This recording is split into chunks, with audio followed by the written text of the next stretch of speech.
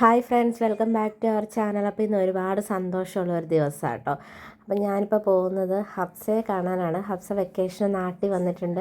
അപ്പോൾ എനിക്ക് തോന്നുന്നു ഏകദേശം ഒരു 6 മാസത്തിന് ശേഷമാണ് ഹഫ്സയെ വീണ്ടും കാണുന്നത്. അതിൻ്റെ ഒരു എക്സൈറ്റ്മെൻറ്റും അതിൻ്റെ ഒരു സന്തോഷമൊക്കെ ഉണ്ട് കേട്ടോ. അപ്പം ഞാനും കൊച്ചും ഹസ്ബൻഡും കൂടിയാണ് പോകുന്നത്.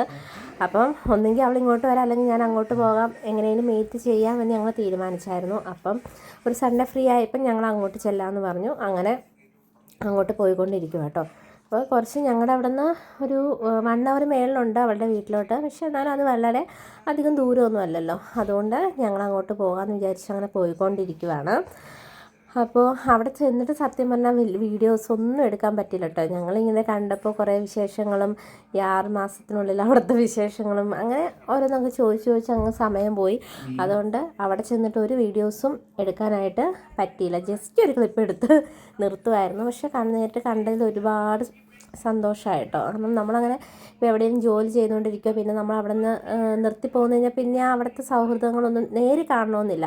മെസ്സേജ് അയക്കും, ചിലപ്പോൾ ഒന്ന് വിളിക്കും, അതിലൊക്കെ അങ്ങ് നിന്ന് പോകാറുണ്ടല്ലോ. പക്ഷേ പിന്നെയും ഇത്രയും ദൂരെ ഞാൻ സൗദിയിലായിരുന്നു. അപ്പം അവിടെ നിന്ന് പിന്നെ വെക്കേഷന് വന്ന് ഒരാളെ കാണാൻ പോകാൻ പറ്റുക എന്നൊക്കെ പറയുന്നത് അതൊരു ഭാഗ്യം തന്നെയാണ്.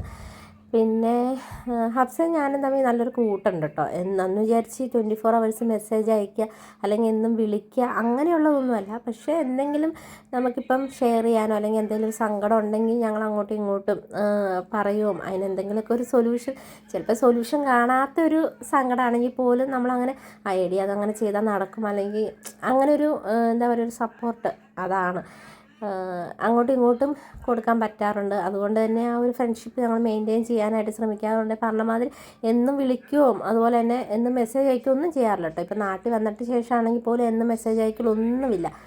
കുഞ്ഞെന്തൊക്കെയോ പറഞ്ഞുകൊണ്ട് ഇങ്ങനെ ഇരിക്കും, അമ്മയുടെ കൂട്ടുകാരിനെ കാണാൻ പോകാമെന്നൊക്കെ പറഞ്ഞിങ്ങനെ പോയിക്കൊണ്ടിരിക്കുക കേട്ടോ. അപ്പോൾ പറഞ്ഞ മാതിരി ചില സൗഹൃദങ്ങളെ നമുക്ക് അങ്ങനെ മെയിൻറ്റെയിൻ ചെയ്ത് കൊണ്ടുപോകാൻ പറ്റാറുള്ളൂ.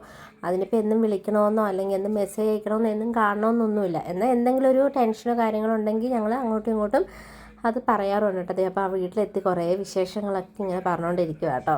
അപ്പോൾ അവൾ ഫുഡൊക്കെ ഉണ്ടാക്കിയിട്ടുണ്ടായിരുന്നു. അപ്പോൾ അവൾക്ക് ഇങ്ങനെ ഇപ്പോൾ വീഡിയോസ് ഒന്നും ചെയ്യാത്തതുകൊണ്ട് ഇടാത്തതുകൊണ്ട് അവൾക്ക് ഭയങ്കര ചമ്മലായിരുന്നു കേട്ടോ. അപ്പം ഞാൻ പറയുന്നത് എന്തെങ്കിലും നിനക്ക് പറയാനുണ്ടെങ്കിൽ പറയുന്നൊക്കെ ഇങ്ങനെ പറഞ്ഞ് കുറേ കാര്യങ്ങളൊക്കെ സംസാരിച്ച് അങ്ങനെയൊക്കെ ഇരിക്കുമായിരുന്നേ. പിന്നെ നമ്മുടെ ചാനൽ ആദ്യമായിട്ട് കാണുന്നവരൊന്ന് സബ്സ്ക്രൈബ് ചെയ്ത് സപ്പോർട്ട് ചെയ്യും. ഇപ്പോൾ കുറച്ചായി വീഡിയോസൊക്കെ ഇട്ടിട്ട്, കുറച്ച് തിരക്കും കാര്യങ്ങളും കുഞ്ഞിന് പനിയും കാര്യങ്ങളൊക്കെ ആയിട്ട് ഇരിക്കുകയാണ്. അങ്ങനെയുള്ള ഓരോരോ കാര്യങ്ങളൊക്കെ ആയിട്ട് ഇരിക്കും കേട്ടോ.